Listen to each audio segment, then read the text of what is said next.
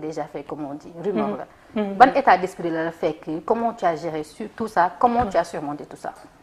Alors, pour dire la vérité, je l'ai très mal géré. Ouais. Hein, parce que ni mu demee la dañ ma en fait su ma si wax ba tey daf may metti parce que man je suis très.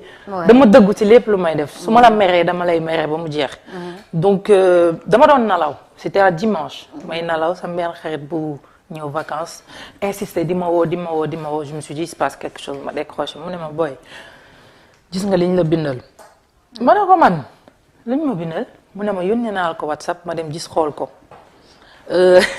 donc j'ai pas déjà sama première réaction c'était pas bien muy lan sol muuma brosse pyjama laa sol bu ngeen xoolee sama vidéo bi ma def sol mu brosse ma dama taal sama téléphone j'ai commencé à parler def sama benn direct saaga leen wax leen li nekk sama xol bi ma raccroché bi ma paree sama live j'ai pleuré parce que je me suis dit aw ma woon stress wu nitu ci biti parce que tey boo nekkee ku siiw rek si biti dinañ wax mais si biir muy sa pap ta famille say rak lu ñu war a xalaat et boobu ñu ngi seet live bi retrouvé wuñu ko parce que sama copine bi ma defal live bi enregistré wu ma ko man enregistré wu ma ko et puis les journalistes ils ont été très très pervers dans cette histoire muy dañu bind seen phrase te teguñu vidéo bi maanaam yow amul dara lu lay firndeel que lii am na wala amul donc et ma naan sama pap bu ko yégee lan la war a wax j'ai commencé à stresser après nag dama naan garabu nalaw ma nalaw bi ma yeewoo problème bi continuer ba sama benn xarit Big Taf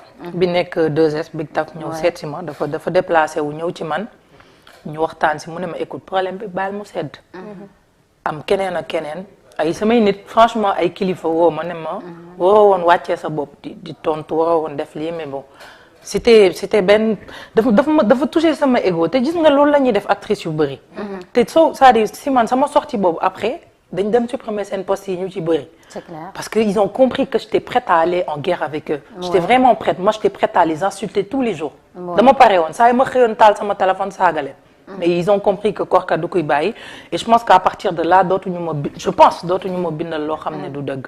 et tu penses vraiment que saaga yi wala ni nga ko réglé dina tax ñoom suba bu ñu la waree bindalaata duñ la bindal. je pense que dinañ réfléchir parce que quand même j'ai agi très tôt. et lu lay wax ne ils ont reculé c'est que ils sont partis supprimer leur poste. ça prouve que sama vidéo bi dal na et puis vidéo xol la. c'est-à-dire xol laa waxee j'ai pas réfléchi mais j'ai fait attention ba saagaw ma nday wala j'ai dit am naa la wax waaw vulgaire ma mais bu doon maanaam am na ku ma ci woo par contre loolu yëgoo leen ko am na ki njëkk bind article bi Maroc la nekk je sais plus Sénédirect la tout je sais plus ma woo ko di waxante mu ne ma da ngay mën a wax nànk ma ne pourquoi may wax nànk te nga tooñ ma wax ji commencé bëri am na phrase nga screenshot numéro ma dugal ko ne moom moo njëkk a dugal moom je l'ai pas raté ah non parce qu'il m'a pas respecté pourquoi je devrais le respecter man ci côté boobu fi may waxee mooy parce que comme sànq mu koy préciser waat c'est-à-dire que yenn fay bu amee ñoom dañuy dellu si waat yëpp mettre ko sur le nom wala sur les noms des journalistes te je pense très bien comme tu l'as dit tu savais très bien quelle personne moom moo def poste boobu donc le mieux pour man c'était de rectifier de faire comprendre aux Sénégalais au lieu nga citer tous les journalistes et que d'habitude ñu koy def du ñu nekk ay journalistes nit mën na nekk wala ci beneen façon j'ai dit presse en ligne très bien tout ce qui est j'ai été nette et précise j'ai dit tous ceux qui ont repris l'article parce que c'est pas parce que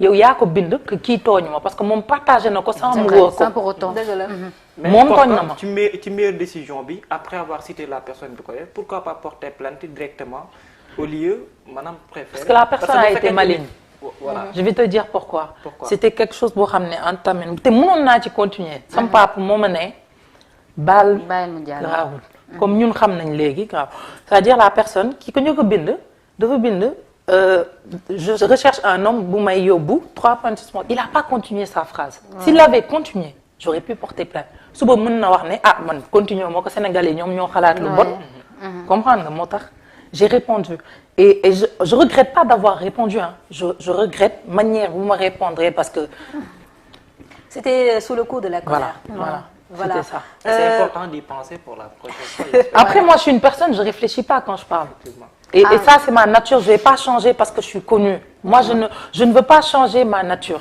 je veux pas que le fait que ma siiw tey changer man ki ma doon donc peut-être suba yàlla bu defee mu xew sama benn xarit fekk ko parce que bu doon man woo naa samay xarit du ma ko def.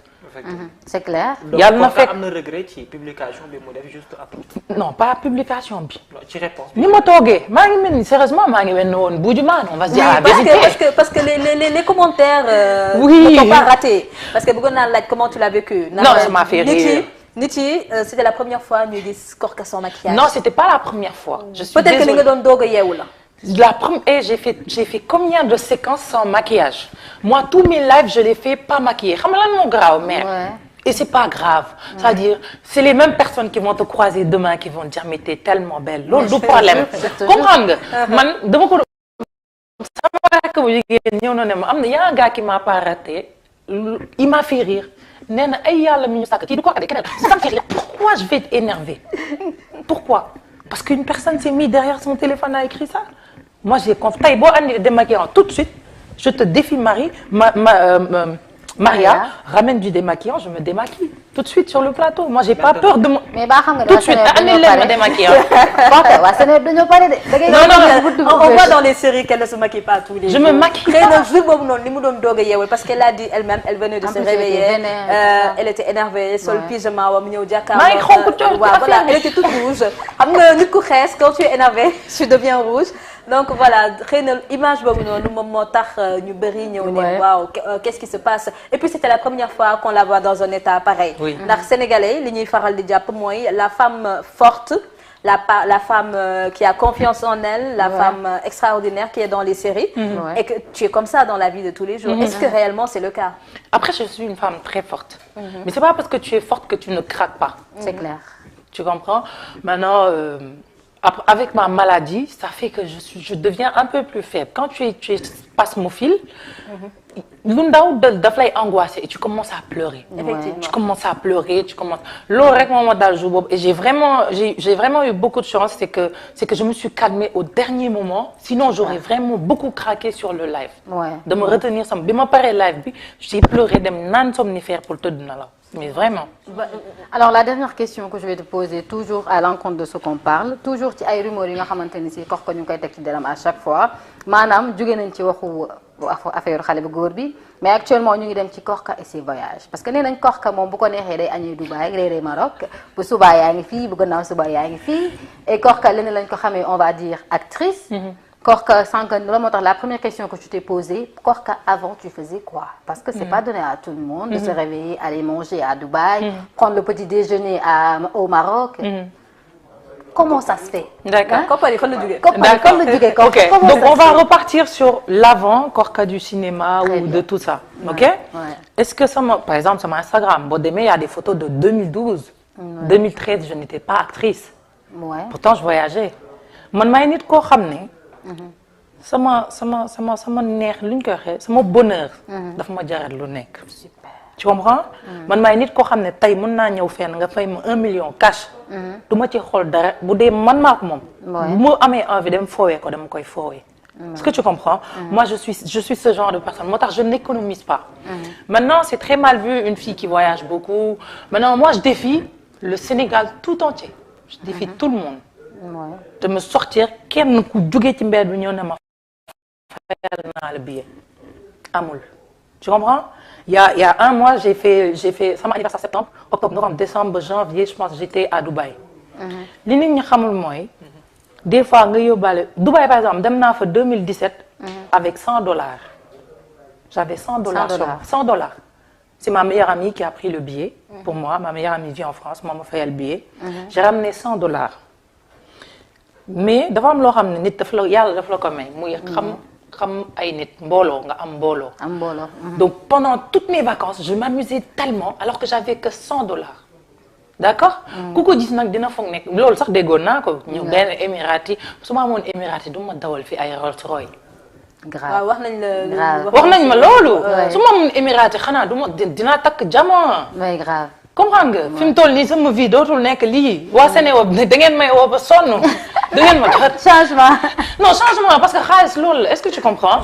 donc man depuis que je suis petite mën naa ne sax pour waxin ba rafet depuis que ma nekk sama biiru yaay. maa ngi tukki dans ma famille c'est voyager c'est quelque chose dañ ko tàmm. Ça fait partie de votre ça fait partie de nous. Mon père il se réveille un matin il part maintenant nag sama xaalis fu ma koy lijjantee nu ma def ba am ko dem naa liggéey Seneweb dem naa Evenprod des fois dañuy ñëw bu ma tegee pression nee nañ jox leen ma sama xaalis dañu ma naan da nga bëgg a tukki.